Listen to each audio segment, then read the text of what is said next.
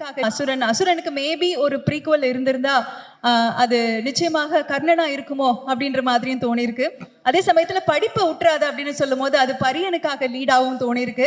எல்லா டைமும் மக்களுடைய யதார்த்தமான அந்த லைஃப்ல நடக்கக்கூடிய அத்தனை விஷயங்களையும் கொஞ்சம் கூட காம்ப்ரமைஸ் பண்ணாம ஸ்கிரீன்ல காட்டக்கூடிய டிரெக்டர், விசாரணை, விடுதலை 2க்காக நம்ம எல்லாம் காத்துட்டு இருக்கோம். வட சென்னை, இன்னும் எத்தனையோ படங்கள் பெயரிலே அவருக்கு எப்பவுமே இருக்கும். அதனாலதான் அவருக்கு தெரிஞ்சு வச்சாங்களா தெரியாம வச்சாங்களான்னு தெரியாது. வெற்றிமாறன் சார் அவர்களை அன்புடன் மேடைக்கு அழைக்கிறேன்.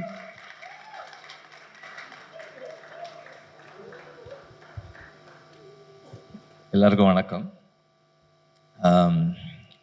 நம்ம எல்லாருமே ஒரு கம்மிங் ஆஃப் ஏஜ் ஃபில்ம் எல்லாருக்குமே இருக்கும். கம்மிங் ஆஃப் ஏஜ் ஃபில்ம் பண்ணும்போது எப்போதுமே நம்ம பர்சனல் லைஃப் எக்ஸ்பீரியன்சஸ்லேருந்து ஏதோ ஒன்று பண்ணுவோம். ஆனால் இந்த வாழை ஐ திங்க் தமிழில் முதல் ஆட்டோபயோகிராஃபிக்கல் ஃபில்ம் அப்படின்னு நினைக்கிறேன். இப்படி ஒரு ஆட்டோபயோகிராஃபிக்கல் ஃபில்ம்னு கிளைம் பண்ணி பண்ணுறது இதுதான் ஃபர்ஸ்ட் டைம் நினைக்கிறேன் நான். ஏன்னா அப்படி ஒரு படம் பண்ணுறது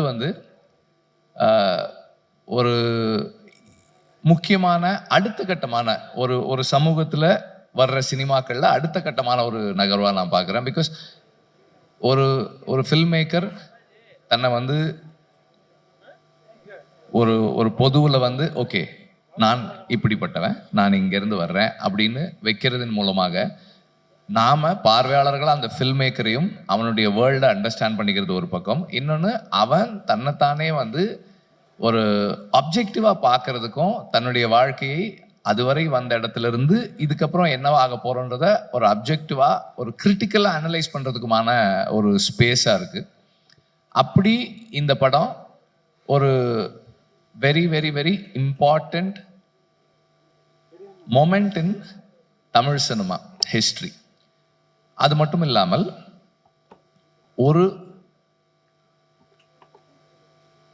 நமக்கு எல்லாருக்குமே ஏதோ ஒரு கஷ்டம் இருக்குது, பிரச்சனை இருக்குது, எல்லா நிலைகள்லையுமே இருக்குது.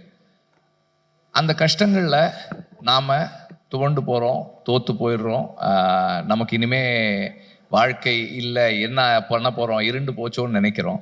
ஆனால் அப்படி நினைக்கிறவங்களுக்கு நம்மை விட பல சவால்களையும் இன்னல்களையும் சந்திச்சு ஒருத்தன் இன்னைக்கு இவ்வளோ தூரத்துக்கு வந்திருக்கிறான் அப்படின்றது மாறி தன்னை முன்னாடி இப்படி இந்த படத்தின் மூலமாக தன்னை முன்வைக்கும் போது, சமூகத்துக்கு முன்னாடி தன்னை அப்படி காட்டும்போது மாறி ஒரு பெரிய இன்ஸ்பிரேஷனல் ஃபிகராகவும் மாறுறாரு. Not just as a film maker, just as a human being, ஒரு பர்சனாக நம்ம எல்லாருக்குமே ஒரு மிகப்பெரிய இன்ஸ்பிரேஷனாக மாறுறாரு.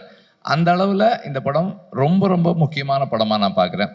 அண்ட் மாரியோட film language Kumar Raja mention பண்ணார். இதுவரைக்கும் பார்த்த மாரி செல்வராஜுடைய படங்களிலிருந்து இந்த படம் இன்னும் கொஞ்சம் அழுத்தமான ஒரு படமாக மாறி இருக்கு. In terms of film language அந்த ஃபில்முடைய டென்சிட்டி இன்னும் அதிகமாக இருக்குது. ஷார்ட்ஸில் அந்த கதையை நகர்த்துற விதமாக இருக்கட்டும், அண்ட் ஆர்டிஸ்டை பெர்ஃபார்ம் பண்ண வச்ச விதத்தில் இருக்கிற சட்டிலிட்டி இன்னும் இம்ப்ரூவ் ஆயிருக்கு, ரிஃபைன்ட் ஆயிருக்கு. As a film maker also he has evolved. அதுவுமே ஒரு அடுத்த கட்டத்தில் தான் இருக்குது. இந்த படம் மாரி செல்வராஜுக்கு ரொம்ப முக்கியமான படம். I'm not going to say that this is is best film, because எப்போவுமே ஒரு ஃபில்ம் மேக்கரோட பெஸ்ட்டு அடுத்த படம் தான். இந்த படம் கிடையாது. அதுக்கு இது அடுத்த படம், அவருக்கு இதை விட சிறந்த ஒரு படம் அவர் பண்ண போகிறார் அடுத்த படமாக. ஸோ அதுக்காக தான் நான் எப்போதுமே வெயிட் பண்ணிக்கிட்டே இருக்கிறேன். அந்த விதத்தில் இது ஒரு மிக முக்கியமான படம், அவருக்கு இது வரைக்கும் பண்ண படங்களில் ரொம்ப முக்கியமான படம். அண்ட் அவரோட இந்த ஜேர்னியில் கூட இருந்த அந்த டீம், டெக்னிக்கல் டீம் எல்லாருக்கும் என்னுடைய வாழ்த்துக்களை தெரிவிச்சுக்கிறேன். அண்ட் நடித்தவங்களுக்கு இது எவ்வளோ ஒரு கஷ்டமான வேலையாக இருந்திருக்கும் அப்படின்றது எனக்கு தெரியும். ஏன்னா கொஞ்சம் ரியலாக எதையாவது எடுக்கணும் அப்படின்னு நம்ம ட்ரை பண்ணோம்னா அது யார் மேலே அதிகமான தாக்கத்தை ஏற்படுத்தும், நடிக்கிறவங்களுக்கு தான் அது பெருசாக தெரியுன்றது எனக்கு தெரியும். அதனால் இந்த படத்தில் நடித்த ஸோ இந்த படத்தில் நடித்தவங்க சின்ன பசங்களாக இருக்கிறதால அவங்களுக்கு இன்னும் சவால்கள் அதிகமாக இருந்திருக்கும். மாறி வந்து அவங்கள வந்து திட்ட இடத்துல திட்டி கொஞ்சம் இடத்துல கொஞ்சம் எல்லாம் தாஜா பண்ணியிருப்பாரு. நிறைய திட்டிருப்பாருன்னு நினைக்கிறேன். இன்னும் அவன் அந்த கோவத்திலே தான் இருக்கான் அவன். எனிவே ஸோ எல்லாருமே ரொம்ப நல்லா பண்ணியிருக்காங்க. ஆல் த ஆக்டர்ஸ் யாருமே வந்து நான் தனியாக, அதாவது எனக்கு யாருமே இவங்க வந்து நடிச்சிருக்காங்க, இவங்க வந்து தனியாக இருக்காங்க, இவங்க எல்லாம் அந்த ஊரை சேர்ந்தவங்க, இவங்க எல்லாம் மெட்ராஸ்லேருந்து கூட்டு போய் அந்த ஊரில் இறக்கி விட்டவங்கன்னு யாருமே தனியாக தெரியல. எல்லாருமே அந்தந்த கேரக்டர்ஸாகவே இருந்தாங்க. அந்த அளவுக்கு எல்லாருமே சிறப்பாக நடிச்சிருக்காங்க. My best wishes to the whole team. Thank you sir. நிச்சயம் உங்ககிட்ட ஒரே ஒரு கேள்விங்க சார். கண்டிப்பாக நம்மளோட லைஃப்பில் இருக்கக்கூடிய நிறைய இன்சிடென்ட்ஸ் அங்கங்கே படத்தில் எல்லா டிரெக்டர்ஸோட அந்த இன்ஃப்ளூயன்ஸில் வந்துடும்.